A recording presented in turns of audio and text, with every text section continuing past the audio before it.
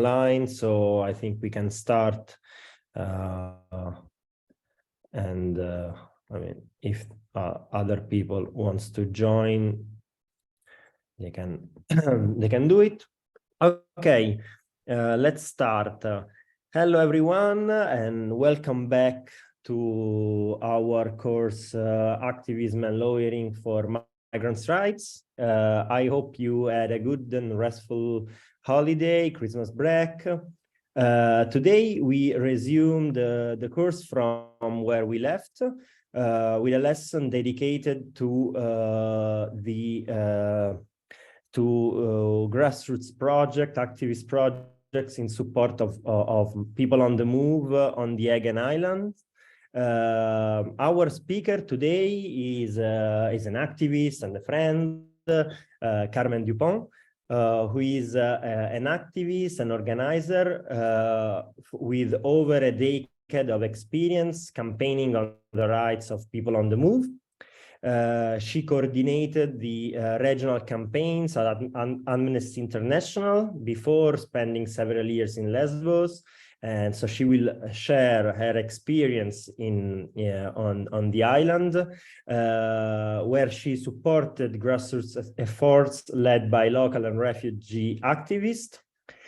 She is now working with Fund Action, which is a network that brings together grassroots activism and philanthropy. And I think she will also spend a few words about this, because we agreed that was very interesting for us to have also a presentation about Fund Action. And Carmen will present the project of the Lesbos Solidarity Network and also about these other initiatives that I think will be very interesting for those who are actually engaged or want to engage in projects of solidarity with people on the move.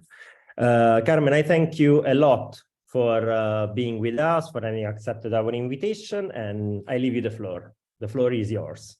Thank you. And thank you very much, of course, for the invitation and for having me. Hi, everybody. It's always a bit weird to talk to people, but not to really see people. But I know you're out there. Hi to everybody.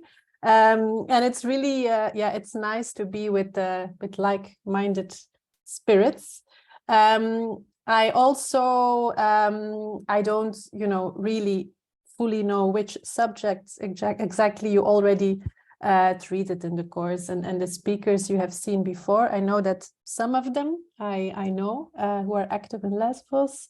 Lorraine, I think, from the Legal Center Lesbos, some of you have heard speaking, and Ozan as well, who are dear friends and comrades of mine. We have done a lot of things together in Lesbos. So yeah, I hope my talk will be complementary and interesting in that sense. And yeah, I want to emphasize also that I really want to talk quite from my kind of personal, like subjective experience and journey as an activist. So I'm not pretending to speak on behalf of, any collectives or any groups that I have been working with, or, any comrades that I have been working with. But rather, yeah, I would like to share some reflections, some learnings, but also some questions that actually I also still have about all of this. And I think it's important that we keep asking ourselves these critical questions. And also because I'm sure that we have a lot of different experiences and opinions in this virtual room. So I think the most interesting part is also just to really have an exchange and a bit of a conversation. So I also really encourage everybody to type questions already that you might have in the chat, because I wouldn't want to talk too long. Like listening to one person for a long time online, I think it's challenging anyway, but I'm hoping, that we can have like a short break and then we can come back and just have an exchange as well. So I'm not going to go too much in, the situation as such in Lesbos and the other Aegean islands. I feel this, has already been covered before. Yeah, I'd really like to talk from the perspective of an activist, kind of also talking about some of the approaches that I feel have worked, have not worked, and how the general context around us has changed as well, and how this influences us in our activism. I also maybe want to make a quick note, because I know that some of you are active in this context or have been active. A quick note on care, that maybe some of the examples I will give or stories I will tell might be triggering. So I also would fully understand if, you know, for some people this is some things, you know, that sometimes maybe they need to take a distance. I'm very aware of that as well.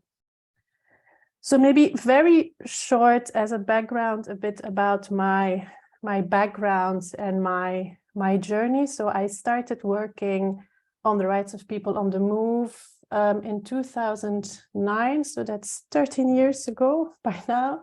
And I started with Amnesty International in a period where, you know, it's a long time ago, but it was interesting and scary in the sense that it was really the period where Fortress Europe was quickly changing and expanding from like virtually not really being a big European theme to just being all over. So it was interesting in the sense that at Amnesty at the time, we didn't have a European strategy yet inside Amnesty, even around migration. Can you imagine? Because it just started popping up at that point. And then we created SOS Europe, which was the kind of first regional campaign in Europe of Amnesty on migration, which basically took me to also all the different hotspots along the borders, took me to Lampedusa, of course, first of all in that period in Italy, then took me to Lesbos and the Aegean Islands, after also to Bulgaria. So all the different hotspots that kind of popped up. And for me, yeah, that was also my first kind of experience and my first encounter with the activist group in Lesbos that I then ended up with years later for a long period. So the first time I went to Lesbos will have been in 2013. And this was the period, so before the EU-Turkey deal and all that. The reason why we were focusing a lot on Lesbos at that point in time in 2013 was pushbacks as well. So pushbacks was already a very big issue, because sometimes people think that it's maybe, you know, something more recent that has again shown up, but it's also before 2013, they were definitely happening, but it became also a very big issue that we were campaigning on with Amnesty in 2013. So I stayed in Amnesty until 2015, and then I actually left because I felt that for me personally, Amnesty as like this big human rights organization that it was, for me as an activist and a campaigner, I didn't feel it was the most effective way to work on the issue, and I really wanted to just get closer to the ground and explore with communities on the front lines what could be done as part of the struggle. And then kind of 2016 for me personally changed many things because of the EU-Turkey deal. Like, it's this thing where me personally, I remember exactly where I was sitting when I read the text of the EU-Turkey deal. I was working for a local refugee organization in Belgium at the time, and I read it, and I was still, even if, you know, I was so into the topic, I was still shocked that this was this next level. This, for me, it was like we are crossing a sacred boundary, because I felt like, okay, what's the value now of human rights and of human rights law if basically, you know, the institutions then just adopt human rights violations as kind of an official policy? That was how I saw it. So for me, that really changed everything. And since I already had connections with Lesbos, and they started some local activism and campaigning around the EU-Turkey deal, I jumped on one of the first planes with 2 activist friends at the time, and I went for 1 week, just kind of to be there, to be part of the protests around the first kind of deportation boat that was going back to Turkey as well. And it's the point where I also realized that there was actually very limited, like there was activism in Lesbos, but there really was many more groups who were doing, you know, humanitarian efforts, but actually not that many groups that were really politically organized and were really like organizing a struggle, which made me then decide to go there for a longer period. So I arrived in Lesbos, I thought, for 2 weeks in January 2017, and I stayed for 2 years. This is something that happens to quite a lot of people. Some people might recognize this. I guess, yeah, also the interesting thing that I also find about Lesbos, in my case, that I know best among the Aegean islands, is that it really is kind of a laboratory, right? It's like a testing ground for many of the EU policies and practices on migration. And it's like in Lesbos, I always felt that it's like you see everything amplified and multiplied. Like you're like on the front line of, you know, of course, mainly people who are arriving on the shores and who come with everything that has happened to them and the despair and, you know, getting stuck. So there's definitely that part that, of course, it's very real. But then there's also kind of how the policies play out and the detention and the deterrence and everything under our eyes. And it's just all happening there in this crazy laboratory where I feel like you see the worst of humanity in Lesbos. But then in a way, from an activism point of view, I think also one of the best things, like it's a place where you meet amazing comrades and also solidarity is so strong at the same time. You know, everything is a bit of a contrast in Lesbos. So how I would like to talk a bit about kind of activism and how I saw things kind of changing is kind of in 3 levels. I would like to talk a bit about how we've seen really a shift in like the context, like in how governments have been dealing with this issue, so to say, and then kind of look at how this has impacted on activism and on our tactics. And then as a last one, as a third, I would also like to talk a bit about, even on the more personal level, maybe on how it really impacts on us as activists, maybe really on the individual level. So I think maybe to start with kind of the evolution that for me has been very stark since 2009 in like, you know, confronting and dealing with the authorities when it's about migration, is this very quick shift, extreme shift from, in 2009, I felt when I was, you know, with Amnesty going into institutions, you know, at the national level, going into ministries, but also talking to the European Commission, to European parliamentarians, there was still this listening attitude, or at least they still had the decency to pretend that they were listening and that they were receptive to certain arguments that you would bring to the table, and around human rights and around, you know, the dignity of people and, you know, very basic things in a society, you would think. That I remember, for example, I think this must have been, yeah, back in 2010, 11 maybe, when we were doing research with Amnesty in Libya on the detention centers and the whole situation there. I remember before we published the report, we were actually proactively chased by the European Commission. It was Malmström at the time.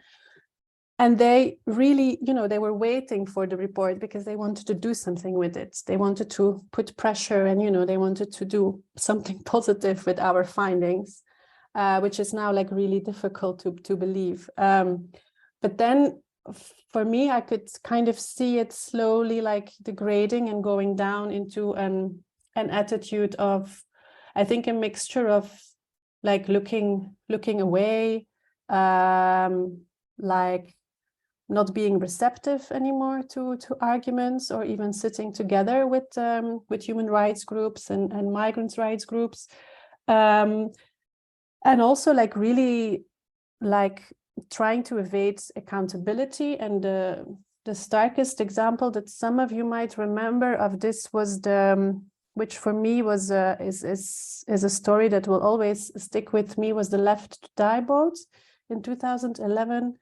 That you might have talked about already. So this is a boat that left the Libyan shore, I think it was the end of March 2011, with 72 people on board, women as well, babies, small children. And after almost 2 weeks, at sea, 9 people in the end survived. And this was really in the middle of the whole NATO interventions, the whole, war in Libya, where they actually say that that part of the Mediterranean Sea was the most surveillanced part of the ocean anywhere in the world. So it's impossible. Of course, that boat has been seen, and also the people who have survived have confirmed that they have had several encounters with boats, with ships, with helicopters. At some point, some like water and some limited food, I think, was also dropped to them, but nobody intervened to save them, and most people died.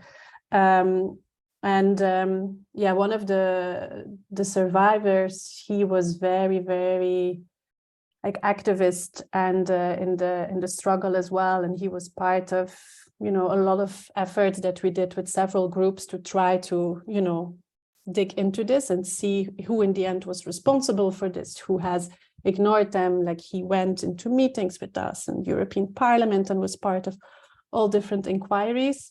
But yeah, until today, we still don't know really what happened there. And then from there, of course, we know that it didn't get any better. And then the EU-Turkey deal and pushbacks and everything that has kind of escalated from there.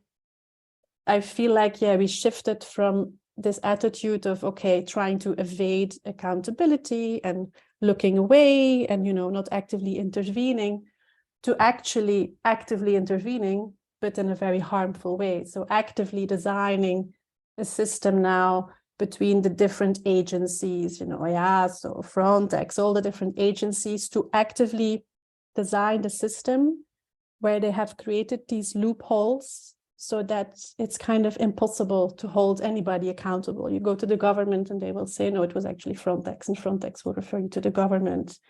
And then EASO will say, no, it's also the government. So they have been very good, actually, in actively designing a very harmful system, like to protect themselves. So to make sure that they could get away with all kinds of violations and inflicting harm without taking responsibility, but also, yeah, to actively design. And this plays out very clearly, as we know, on the Aegean Islands, to really actively design a situation of harm and making it just as horrendous and impossible for people, in this vain hope, right, that people will stop crossing and trying to make the way to Europe.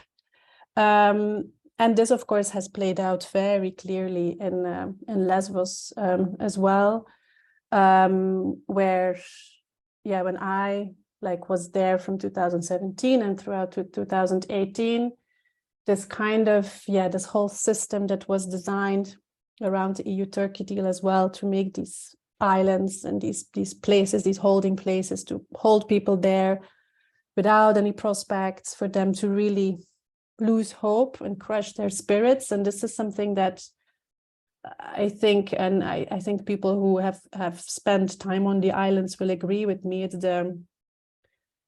it's for me the biggest impact that this migration policy has. It's that you see people arrive, let's say in the first days in Lesbos, and you meet them and they still have light in their eyes because they're trying to understand, the situation, what will happen. They're just happy that they made it. It's a first step to a new life. And then you see how their hopes get crushed and the light in their eyes dies and there's just no hope. And I think that's the worst thing that you can do to a human being. It's basically to take away this basic hope that things can get better.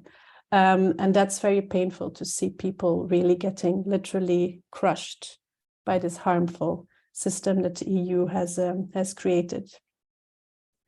So there's all that. And then now, I guess, recently we even have shifted to another level, I guess, that we have also seen very clearly in Lesbos, but across Europe and in many different places. It's like this very outward hostility, like not even trying to, hide this very straight hostility towards people on the move, but also towards, of course, anybody who stands in solidarity, anybody who dares to support people on the move, which, we've also seen very clearly in Greece how this context has become ever more hostile, but also how, like political parties and the state is like feeding, this very hostile narrative and hate basically towards migrants. That, for example, in Lesbos in 2020 also resulted in very big clashes with like fascist groups and people feeling and being targeted by right-wing groups and so on. And already, that some people might know about, there was this which has become a very important and symbolical evening day in Lesbos. There was at the end of April 2018, so by now that's already 4 years ago. There was in Lesbos on the central square, Sappho Square, there was this attack also by a mob of basically right-wing fascist groups, seems to be also organized from the mainland, where they confronted mostly Afghan refugees that they were protesting against the circumstances in the square of the central square of Mytilene. And then it became like an outward attack also against everybody who tried to protect the people and activists who stood in solidarity, where the police then of course came, and the riot police that basically didn't intervene to really help the group of refugees. What was the most stark thing, I think, of that evening, and I was also there, is that it was a Sunday evening in Mytilene, and you could see, so this was happening, there was tear gas and they were throwing Molotovs and things towards people, and we had to drag people out bleeding out of the mob and try to get ambulances while we were still under attack. And like some of us, were like hit in the head by, it was like a totally crazy war zone. And then you had people from Mytilene like sipping their coffees, basically. You could see them like in the cafes, like next to you.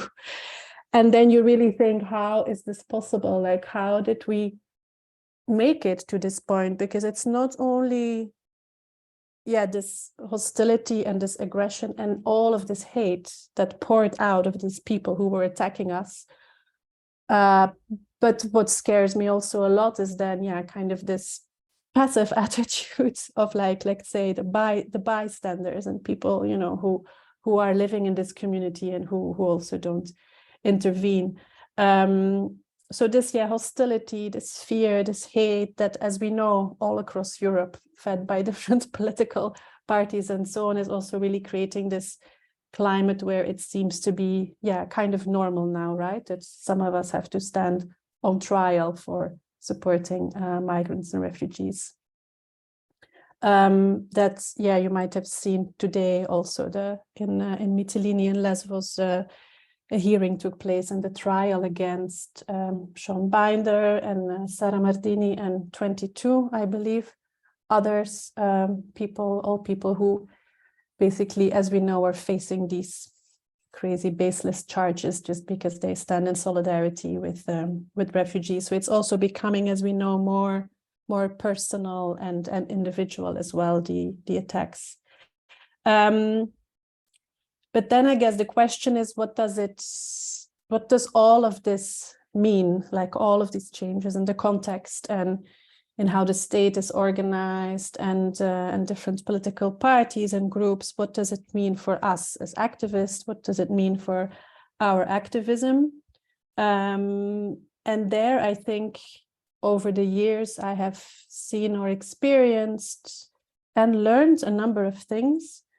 I think the first one that I kind of briefly mentioned already is that I was very surprised when I first came to Lesbos to see how small the group was in the end of activists, like who were doing really the more political work and, you know, trying to get organized to really challenge the system and deeply change something. There were so many humanitarian groups, so many humanitarians in the island, but I had expected that there would be also, much more people who would also be engaged in really the struggle and stand in solidarity with migrants and refugees, you know, beyond distributing, which is also necessary, the sleeping bags and the food and everything that we know. And I think, I mean, I've been talking a lot with like friends, activists about this over the years. It's like this tactic that states also have, right? And governments that they know they put so much pressure on us as activists that we have to do everything. Like we have to be kind of at a certain moment, we had to be on the shores because, you know, the boats were arriving and there was nobody else to give, you know, first support to people, give them blankets, give them food, give them. Then also in Moria camp, there was basically nothing organized. So all the distribution of the food and the medical care, everything had to happen by groups, by volunteers. So it means that most of us then get totally overwhelmed by this emergency response that we are pulled into, which of course, as we know, should be the first basic task of a government to do. It's not up to us. But that means that we all get totally exhausted with all this emergency work. And then we are expected, I don't know, at 1 a.m. to come up with a super creative strategy on how to change, you know, EU migration policy, which is of course not realistic. And yeah, for me, one of the key things that I really saw very much, and I learned, I think, in Lesbos, was this importance of really trying to, find like a community of people that are ready to do sustained actions, political actions, and really get organized, you know, not just organize a one-off sit-in somewhere in a protest, but really get organized. And since I was involved with PICPA camp in Lesbos, which has now been evicted, I'll come back to that. But the group Lesbos Solidarity still exists. There's a reason also, I believe, it was very tactical from the government and the state to evict us, because it's very important to have that community and that place where you can also come together, but also where, and I think that's why at some point kind of PICPA camp as a model was very threatening also in a way to authorities, where you can really do actions and you really also show, like you show an alternative, how it's possible. You're not just talking about you should do like this and this and, you know, welcoming people in the community as possible, but you're actually doing it.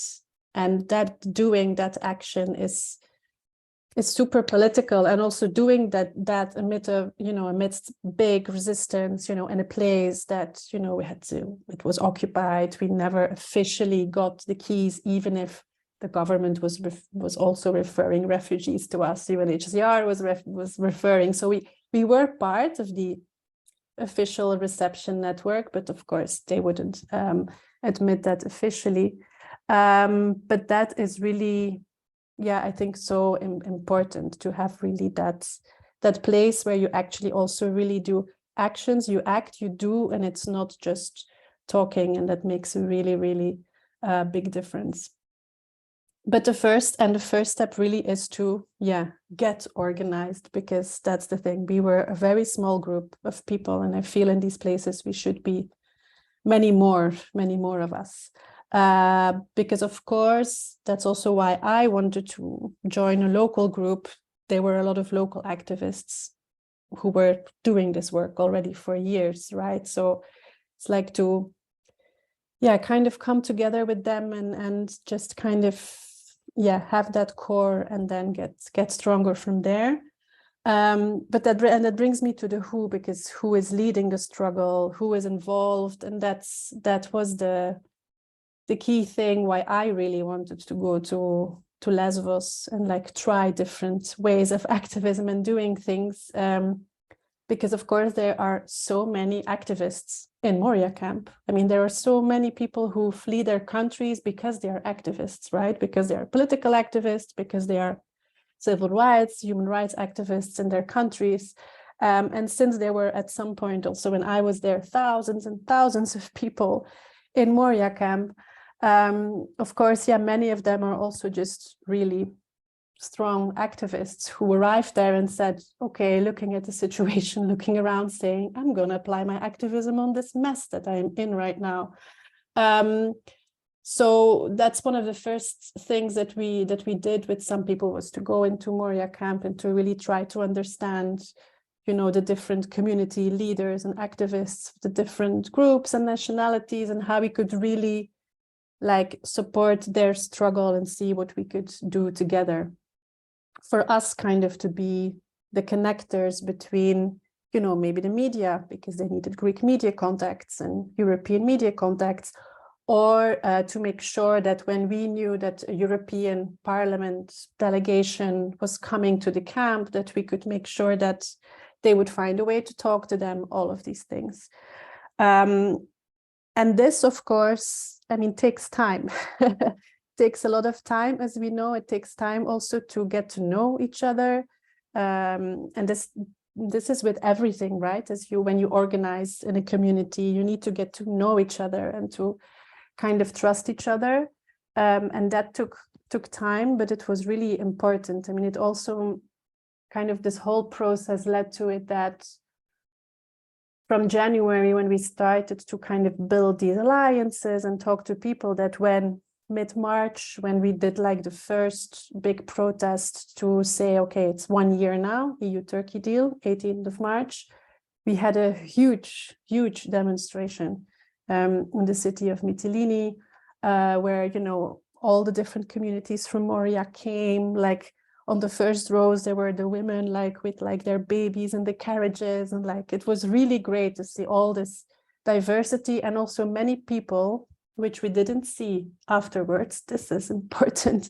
but this is one of the few demonstrations where there was this really positive energy of like, okay, we're all here, we can still change something. And people also felt safe to be there. They came, with their children, elderly people, everybody came.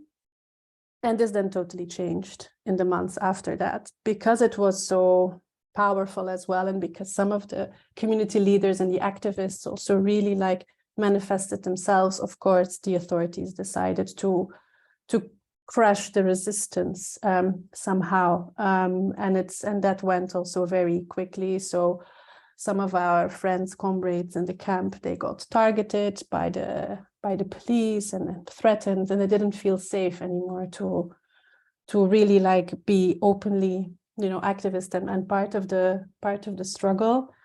And also, just the crackdown and the violence, and kind of the random arbitrary violence as well from the authorities and the police really kind of went up in those months, which meant that it's meant almost, we had to have like kind of a conversation with everybody together, saying, okay, if it's no longer safe for you to be in the front line, then maybe some of us, who don't live in Moria camp and who are not exposed to this kind of, retaliation, have to step in front. So we had to change our tactics again, also in that sense.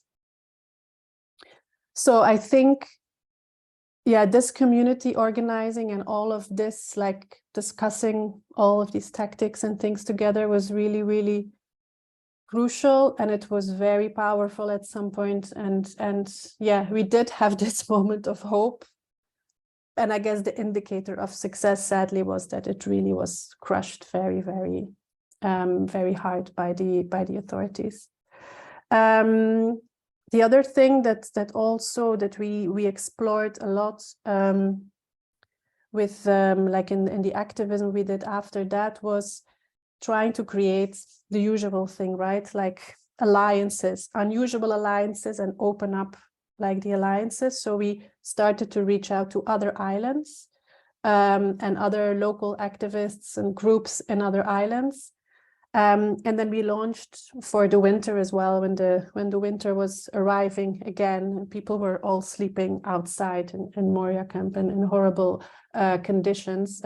As always, we launched this Open the Islands campaign, which was really launched like by some of us, and then with other islands, GRASSROOTS, and then like the bigger organizations and campaigning organizations picked it up, which was also, it was great because, you know, it was not something that was led by, I don't know, a PR NGO with like some sound bites, but the calls came from us and from like GRASSROOTS and what we felt was needed in the islands.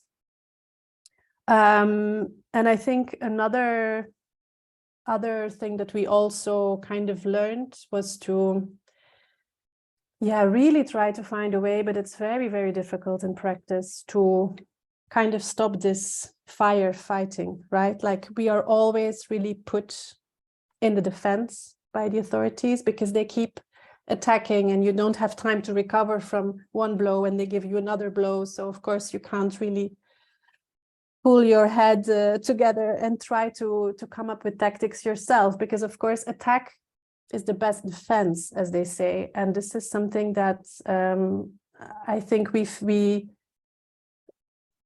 need to get better at as activists, even if that's very challenging, because you work in these emergency contexts where literally you have a hunger strike and a shipwreck and a deportation in one day. So how do you do it? But somehow we need to find a way, I think, to put some energy and resources, or to put some of us aside to really do more this proactive work. Like in Lesbos, a big gap that we noticed, for example, is documentation.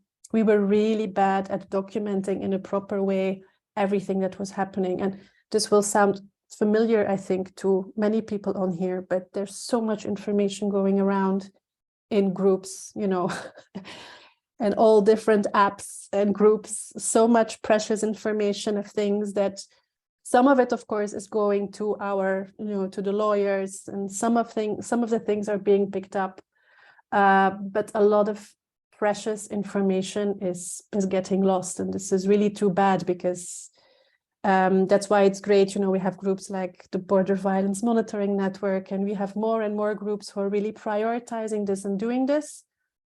But in Lesbos, yeah, it's at some point when, for example, there were a lot of attacks in 2020 also by, you know, different right-wing groups and so on in different parts of the city, it was just really difficult to keep up and to document all of these things because we didn't have the infrastructure in place. And I think that would really help us a lot going forward, to spend also more like time and energy on that, if there is a way to do that. And the other thing is also that we started to kind of explore now in 2020, when I also spent some time there, it's, you know, the unusual angles more, right? Like corporate accountability, for example, that you can link to certain issues, like you can find other ways to put pressure.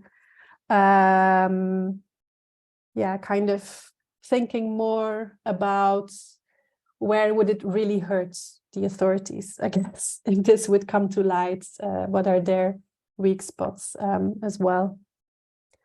And another thing that in Lesbos and in these local contexts, and that we did a lot with Lesbos Solidarity, it's it's like it's always being mentioned, but I think it's important. It's really this kind of local work in schools and with youth, because one of the really kind of scary things that we also experienced with our local group at Lesbos Solidarity is the reactions of young people sometimes on the issue.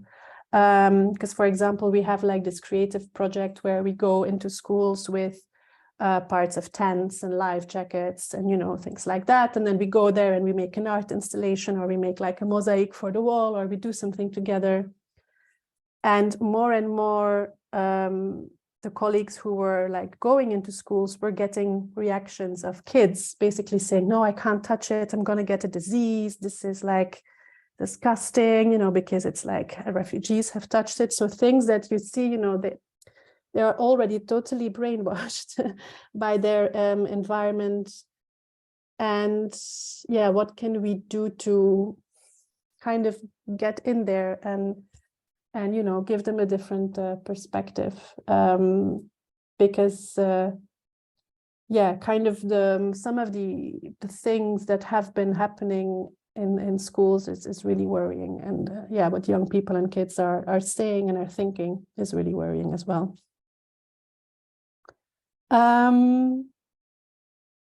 I think I'm going to stop talking soon, because I think it's a lot of input.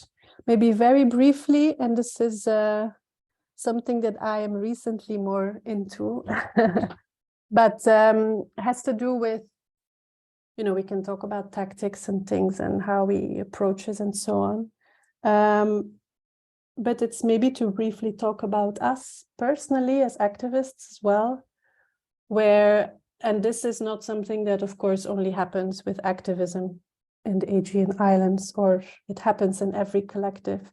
But I think it's the thing of the ego and the white savior that, in these places and everywhere, it just still happens. And I think we all, including me, we have a lot of blind spots. As activists, we have a lot of good intentions, but I think it's really healthy also to be kind of self-critical and not to be always so convinced of what we think is right and is the right way to do. Like I've also have seen many people who they kind of arrive and they have ideas and they want to do things, which is great, because you need those new energies in places like Lesbos, where everybody gets really exhausted after some time. But it's also the classical thing of like, we've tried it, and especially the local, activists who can tell you, this and this will not work in this context for this and this reason. And I think it's, just really important that we kind of have these dialogues and these conversations also with each other. I think that's just really, really healthy. I think I'm gonna close here, and maybe we do a 10 minutes break, or what do you think? Yeah. I think we can have a 10 minutes break, and then we get back for questions and, I don't know, comments, and I have some questions, or I don't know, comments, so I can break the ice. Great. And maybe I will also ask you to say something about fund action later. Yeah, okay. Okay, see you in a while. At 7, yeah? Yeah. Okay, see you later. See you later.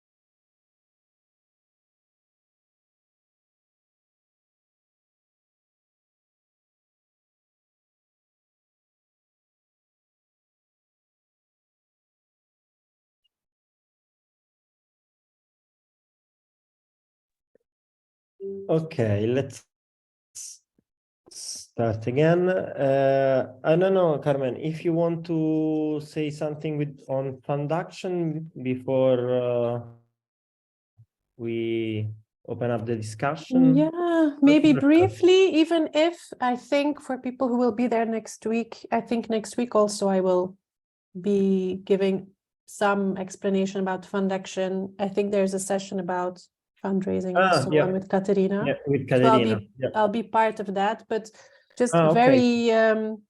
very briefly, maybe a few words. So fund action, which I am part of, is a European network, and it's kind of interesting because it's like hybrid. It's in between a network of grassroots activists across Europe, but it's also a funding network. So basically what we do is that we try to convince foundations or, you know, individual people of wealth to give a sum of money to fund action as this community of activists, and then they totally trust us what to do with it. So we're trying to kind of reverse this power dynamic that usually, you know, all of us activists, we have to kind of squeeze our project to the form of what the funder wants. And we think this doesn't make sense because, of course, it's the activists and the communities on the ground that know what is needed and how to best do things. So yeah, we're trying to raise money, and then also we decide ourselves as a community. We have like a whole system on an online platform where we decide where the money goes in different grant rounds. So it's really challenging power and philanthropy, but also really making sure that groups who really do like more, the systemic work. So we don't fund charity. You really have to prove that you're doing something about the root cause of a problem.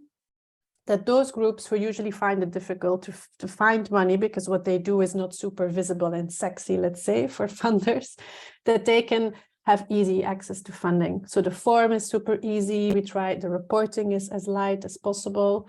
So it's just all about facilitating the work of grassroots activists so we can just get on with what we want to do and not lose our time filling out long forms. And getting in competition also with each other, right, for the same funding, which happens a lot.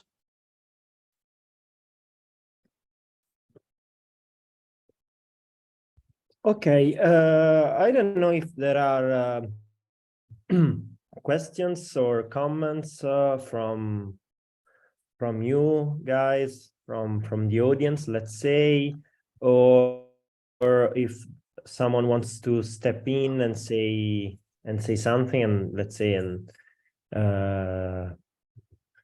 in case I can switch on the microphone, of course. I mean, I can allow you to step in. Otherwise, I had I don't know if questions or comments that that came to my mind when you were speaking. I was there's this point of, let's say, of reporting and I don't know, doing like collecting data and information about, I don't know, human rights violations, or in the case of let's say of borders and rights of people on the move, but also in other this could be, of course, done in also in other fields. And I mean, there's I have this sense that these kind of activities, which in which many groups and also big NGOs like Amnesty you were mentioning before are engaged and spend a lot of time and energy. I have this sense that these kind of activities are less effective than before. That these work of monitoring what what's happening, I don't know, at the border of I don't know, Lampedusa, for example, or on the Aegean Islands, or I mean, monitoring what the violations of human rights by, I don't know, specific actors or institutions are I mean, more and more less effective than before in raising, I don't know, awareness, in I don't know, in affecting the way in which institutions or institutional actors or policymakers, I don't know, behave, let's say. And but still, this is something that, of course, must be done. I'm convinced of that, but at the same time, I have this feeling that this is something that is, I mean, losing effectiveness, losing power, both as a way to raise awareness in the public and as a tool for advocacy or activism in political work in general. I don't know what you think about it. According to your experience, which is, of course, you have much more experience than me in doing this kind of activities. No, I mean, overall, I agree in the sense that, yeah, I think in the current context, it's kind of, yeah, it's very easy, and me too, like to lose hope and think, oh, you know, what difference does it make? Because basically they will receive it and they will put it next to them most of the time. I think this goes a bit to the question of, you know, that I have that conversation a lot recently with activist friends, you know, this whole thing of, are we making a difference? Are we actually making things better? Why are we here? Why are we putting so much energy into this? And I still want to believe on that, like the minimum that I definitely want to believe is that if we wouldn't be here, it definitely would be much worse.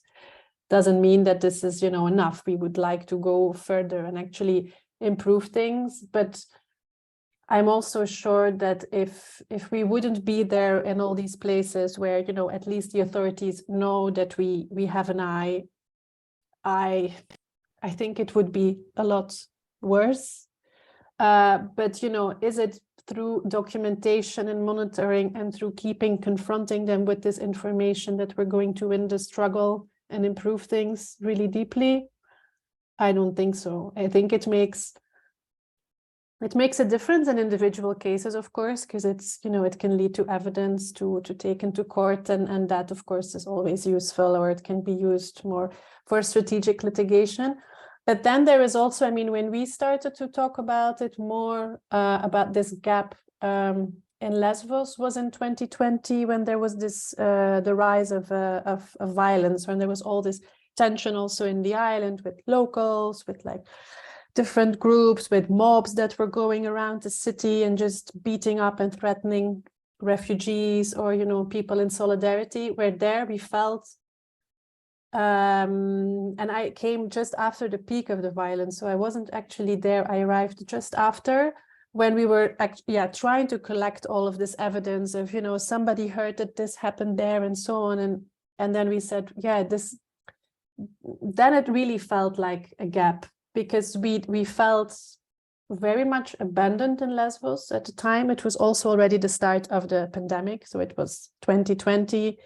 Travel became more complicated, but it was such a violent and, for some people, life-threatening situation that we felt like, okay, this should trigger, you know, some UN mechanisms, or rapporteurs will come and there will be interventions, and none of this happened. But also then we felt we didn't manage to really document it enough and collect the evidence. So in that sense also it came up. And also, you know, at the national level, and I forget now the name, but it exists in different national contexts. There's like this annual report that every year they publish with, you know, all kind of racially motivated incidents and attacks and so on. That because we weren't very good at collecting evidence and passing it on, when this was published every year, and it always was like a big thing, it was like in the islands, everything was fine because nothing was reported. So sometimes, and it also distorts really like, you know, the reality. That's another example, but I agree. It's not through that. I mean, right now, I think, yeah, we're at this phase where even if most of us know, if you want to know, you know what's happening. The problem is that people don't care, even if they know. Yeah. Very optimistic picture. Yeah. No, but I mean, I agree. It's, I mean, this was already, I mean, the direction of my questions. So, there are a couple of questions. So I will read it to you. Laura says, okay, thank you for your presentation. And then she says, I was curious to know more about the work you did in the Moria camp to connect the various groups of refugee activists. Mm-hmm. Yeah, thanks, Laura. Yeah, it feels like a long time ago already. So basically, what happened, the very kind of concrete context was that I arrived in January 2017. And this was when, you might remember this, when several people actually died in Moria camp as well. It was like, it was snowing, which hardly ever happens, and people were sleeping in tents outside. So several people died, and when I arrived, there was an unidentified body in the morgue. So somebody had died. It looked like he suffocated because, you know, he used a little fire in his tent and then kind of suffocated like this. But somehow he didn't have papers on him. His phone wasn't there. It was a very confusing situation. And in the whole chaos, he was just in the morgue, unidentified. And kind of this is sadly something that our the local group that I was part of, Lesbos Solidarity, has built up a lot of experience around identification of people, informing families, organizing also the repatriation of the body of the family ones, like supporting family members and so on. And kind of because this was for the community, you know, the big thing, like they wanted to understand, they wanted to help, they wanted to find a way. And I think this was a key thing around also kind of building trust and everything, right? So we started from something very concrete and we worked on that together. And it turned out to be a Syrian man. So we worked together with the Syrian community and we identified him and we found his family actually also. And then we organized the repatriation of his body. His brother came to Lesbos. He stayed with us. We organized kind of everything, but this was kind of the first thing. And then from there, we started with like the Syrian community leaders and talking to the different people. And actually at that point in Moria camp, because also this changed over time, the different community leaders, they were a very kind of complementary tight pack. They were really like communicating a lot with each other. They had a really good dynamic. So kind of, yeah, from there, we started to meet with them in small groups. We went to the camp or they came to the city to meet with us. And yeah, that's kind of how, and then we kind of focused it a lot, which was really helpful on, you know, what will we do for this anniversary? Let's build towards March and let's try to do something really big with like media and advocacy and everything. And so we made like this whole big kind of plan and in the months to the run up to March. And then from there, we kind of try to keep that momentum as long as possible. And I think that's really the same with Open the Islands. For some people who saw that campaign in the hashtag, some people thought, oh yeah, wow, this is all of a sudden like it's working and you see it everywhere. But these things are, you know, always the result of very, you know, a lot of weekly organizing, a lot of conversations, a lot of work, and I think that's the key thing. Even then, We, of course, had also a lot of conversations with people about expectations, right? Which is the trickiest part, because, of course, this is what you're doing it for. You're doing it because you're hoping to change something. And then, of course, what happened is that we had this really successful march in the city. There was a lot of media because it was the first anniversary of the deal as well. Kind of went everywhere. The pictures went everywhere. We sent off letters to the parliament and the commission. Like, there was all of this energy. And of course, then that came with an expectation of, what answer will they give? What will happen? And that was also a lot of, conversations which is really difficult, of course, because predictable, there came no answer from the commission or from any government, of course. That we try to speak with, and that was a process as well. And also, I mean, one of the most interesting actually things, like cases or protests that happened, was that at some point the community leaders decided that they wanted, as a protest action, they wanted to block the port, which meant that the ferry also couldn't go.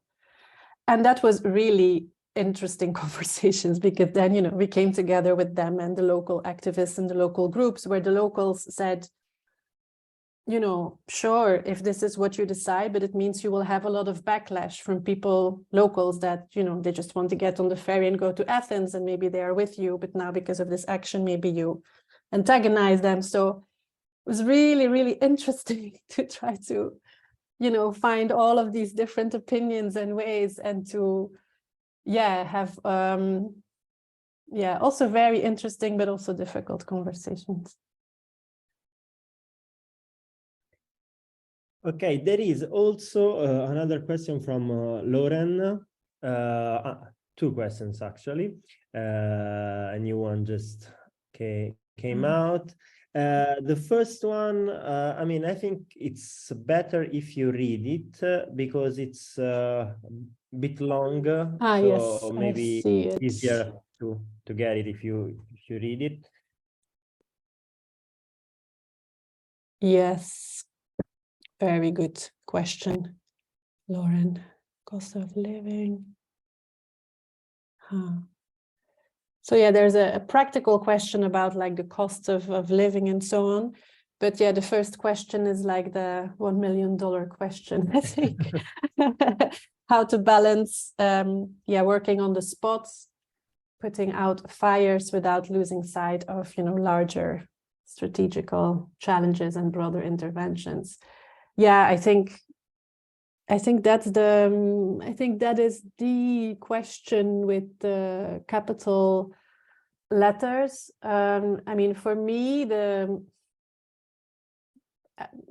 I would put a bit the burden on us, on ourselves, as activists and as groups for this one, because I do think that we are making a mistake in that, like the tactics of the authorities work, and that they kind of get us into this firefighting mode, right? So they force us to play the game according to their rules, like they just attack us, they give us more things to do so that we just don't have time to properly get organized, and think more strategically and act more strategically.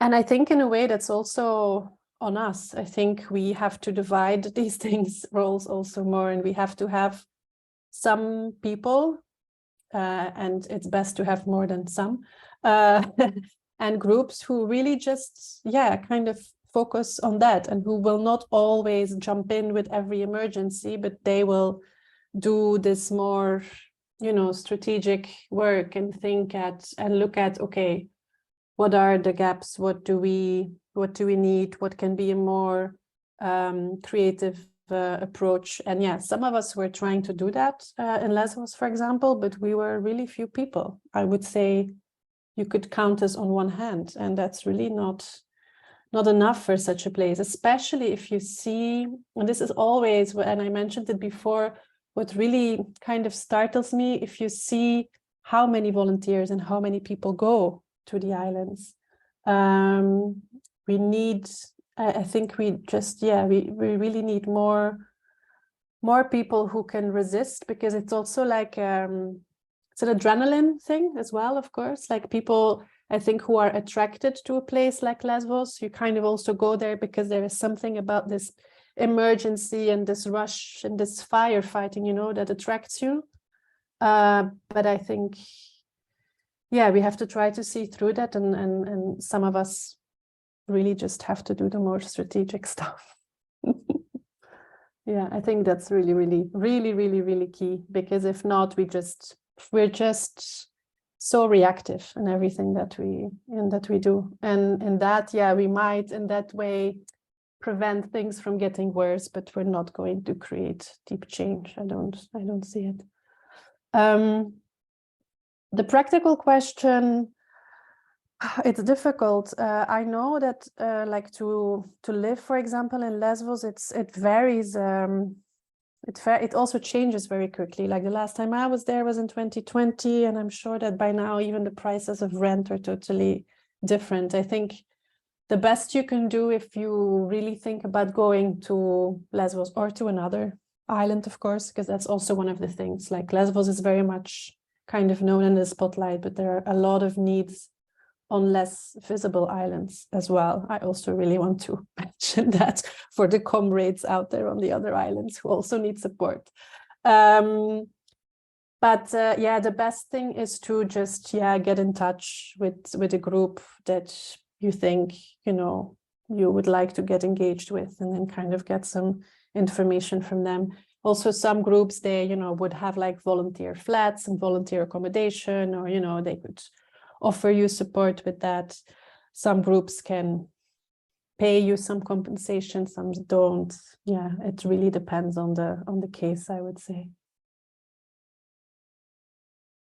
I hope that answers your questions.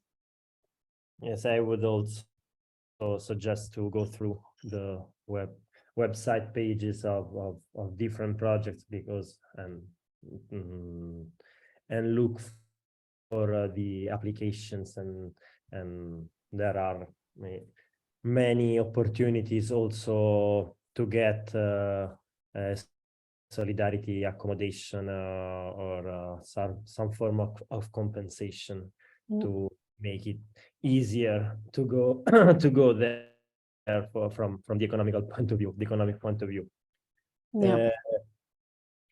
Now I was also thinking that something you often mentioned the local community, so the people of Mytilene, and I mean the people living on the island, and the problematic, let's say, relationship with the local community, and I was thinking that that's, I think, an issue that is that you can find in many places that are key, let's say, or where there are activist projects, initiatives in support of people on the move. Often like border areas are also marginalized areas, or are I don't know, depressed from an economic point of view. I don't know. I think to places that I know, that I've been. I don't know. I think to Calais, for example, in France, or in southern Italy, and I think also in the Balkans. That will be the topic of Thursday class, Thursday session, let's say. So there's also this problem, no, to take into account, to face. No, this is a challenge that you do activism or I don't know, volunteering in support of people on the move in places that have very important problems, social and economic problems. So it's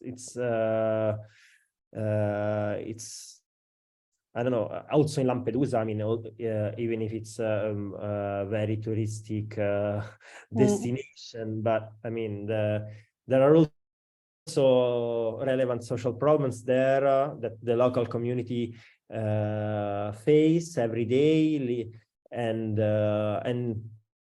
this is also something that makes the relationship between activist groups and local community difficult, and I think also makes heavier, let's say, and more I don't know, stressful, but I don't know, the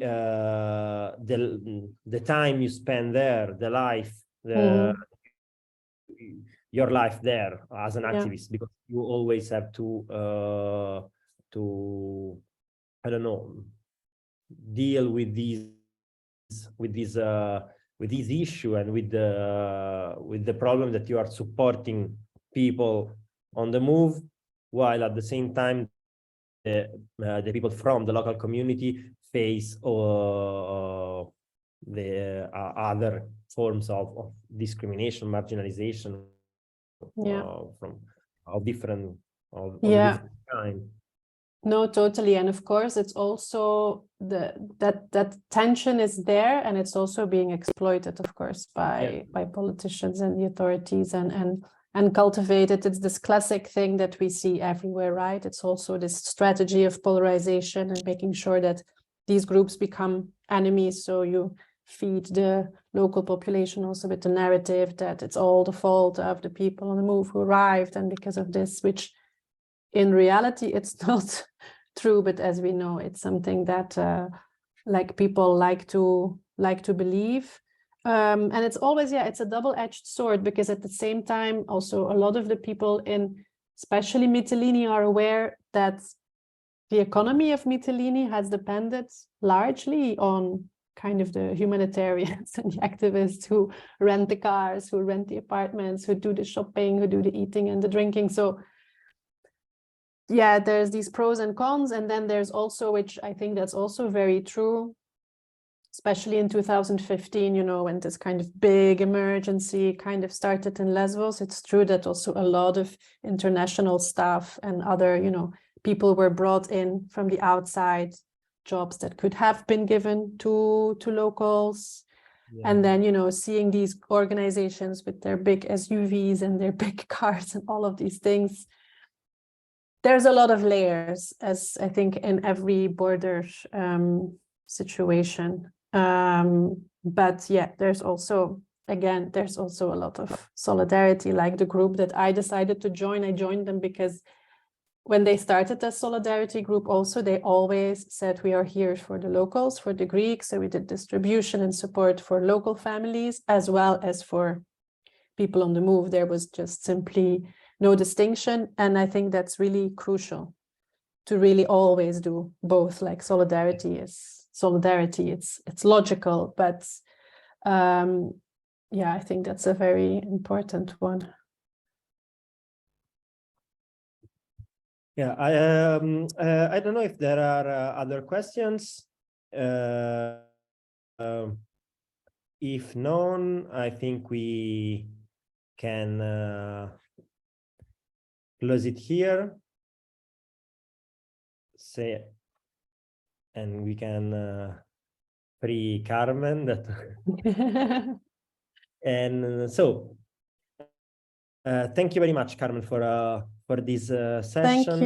Thank you everybody for spending your evening or whatever time zone you're in with me. And I think we will see you again next week for your for this quick